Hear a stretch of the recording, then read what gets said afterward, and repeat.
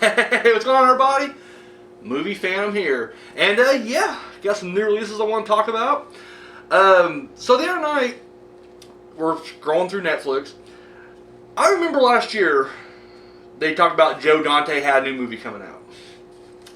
And for whatever, and it sounded like a decent, film, but for whatever reason, it just left my mind. Like, if you would have asked me last week, hey, Phantom, what's the new Joe Dante movie called? No idea. Couldn't tell you. Couldn't fucking tell you at all. Couldn't tell you who's in it. Couldn't tell you anything about it. I don't know why. It just literally... And so anyways, we're sitting there, we're laying down watching TV, and it's Maya's turn to pick something, and she goes, I'm going to watch a movie called Burying the Ex. And I was just like, probably going to be horrible. Probably going to be some fucking horrible chick bullshit. I don't know. Like when she said the title, Burying the Ex, I assumed it was like Ghost of Girlfriend's Past kind of thing. So I was just kind of like, fuck it. And lay down and started watching it, and I was like, oh shit, this is the Dante movie. This is the one that, yeah, fucking loved it. Fucking loved it. And the basic story is, this dude and the girl, they're together, and he works like a Halloween horror shop, I guess you can say. And I don't know, she's like an accountant or some bullshit. She's a blogger, like a professional blogger. And she's nice enough. That's the thing. Like, they don't make her completely unlikable. I mean, she has more unlikable traits than likable ones. But they're just not meant for each other. You can tell. But of course, he kind of sticks it out with her and everything. And he goes, we're gonna be together forever. Well, there's this little Satan genie that came in, and apparently, it'll grant you wishes, but of course there are wishes with consequences, because it is a Satan genie after all. So whenever they promise to be together forever, the Satan genie takes them up on that. Okay, and I can't ever pronounce the dude's name. Anton Anton? Fucking kid from like Alpha Dog, and he was in Terminator Salvation. He's in Star Trek. Anyways, he's the lead guy, and then his girlfriend, the first one, which I didn't recognize her at all. Leave it to Maya to figure it out. She's like, oh, that's the girl from Twilight. She's the short-haired vampire in that movie. So anyways, what happens is, she gets hit by a bus or a truck or something and dies. Well, he starts putting the pieces of his life back together, because even though he's trying to break up with her, and he didn't really want to be with her anymore, he still loved her. I mean, that's still a part of his life, and he didn't want her to die. Well, what happens is, as he's moving on, he meets this other girl, and it's the chick from Texas Chainsaw Massacre. The Texas Chainsaw. The shitty reboot they did a couple years back. The main girl from that. And she works at like this, like a ice cream shop type thing. But she owns it. She makes her own flavor, and they have this mutual bond already. Like, they love horror movies and punk rock, and they're made for each other. Like, they make a really cute couple. So as he starts dating her, the original girlfriend comes back, from the dead.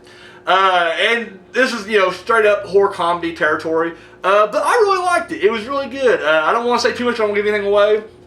I definitely urge you guys to check it out. Burying the Ex. Burying my ex? I think it's Burying the Ex. But yeah, it's just, she comes back, and of course, what kind of problems can... And, he's not only kind of juggling two girls at once now, but one of them's a fucking zombie. So, yeah, you got that going for you.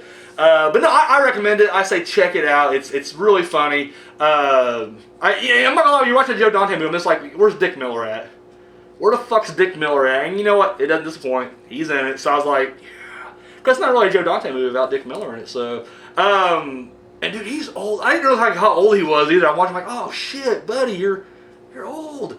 But no, a great movie, really dug it, big thumbs up. Not quite sure if it will fall in my top 10, it won't make my top 10 film, but I'm not sure if it'd make my top 10 horror films, or, because I kind of expanded up to horror comedies as well, because there's a lot of good horror comedies out this year, but no, Burying the Ex, check it out. The next movie, was one that I always heard about, and it's actually a newer one as well. And just for whatever reason, I skip it on Netflix. I just constantly pass it by, go to something else. And the movie's Creep, with Mark Duplass and I don't know the other guy's name. The other guy directed it. They both wrote it. And it's a found footage movie, and Mark Duplass, I forget this character's name, sorry, but basically he's got some kind of disease, and I think it's a tumor. That's what it is. He has a tumor.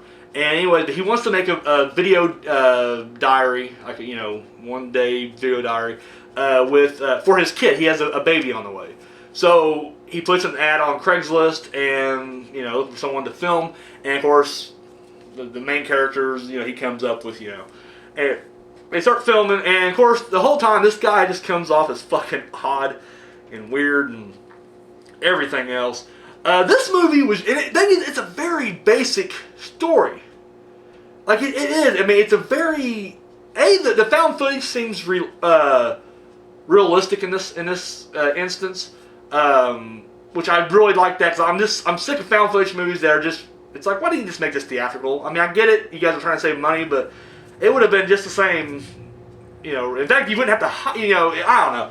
Anyways, but the found footage in this thing is really good, and just the performances is very natural, very realistic, and Mark Duplass, who I like a lot, I'm not a big fan of his movies. He does a lot of just drama bullshit that indie, they call it mumblecore, which I don't get into. It's just pretentious and shit. But he's a great actor. Like, and everything I've seen him in, that even I didn't like the movie, I liked him. And I think this is the first movie I actually liked that he did actually like. He just comes off so fucking weird. He has this, and this is in the trailer, so I'm not giving anything away, but he has this mask. This is one of the scariest fucking masks I've ever seen. It's a wolf mask. And he calls it Peach Fuzz. Dude, it's fucking weird. But no, I really dug it. It's not too long. It's only like 70-something minutes, I think. Which is really just the right amount of time. It really is. Also highly recommend that. That's also on Netflix. But yeah. Now once again, if you're not a big fan of found footage, I would say, avoid it, because I mean, if you don't like found footage, this ain't gonna change your mind. But I said, it's a very basic horror story. But at the same time, it seems so fresh. I can't explain why it seems so fresh, even though it is so I don't want to give anything away on it. But no, it's really good though. So yeah, that's it. That's two thumbs up for two movies right there. That's fucking Bearing the X and Creep. Both of them are on Netflix, and I'm sure if you don't find it there, you can probably rent them or whatever. So all right, guys, that's all I got. So I'll see you guys tomorrow.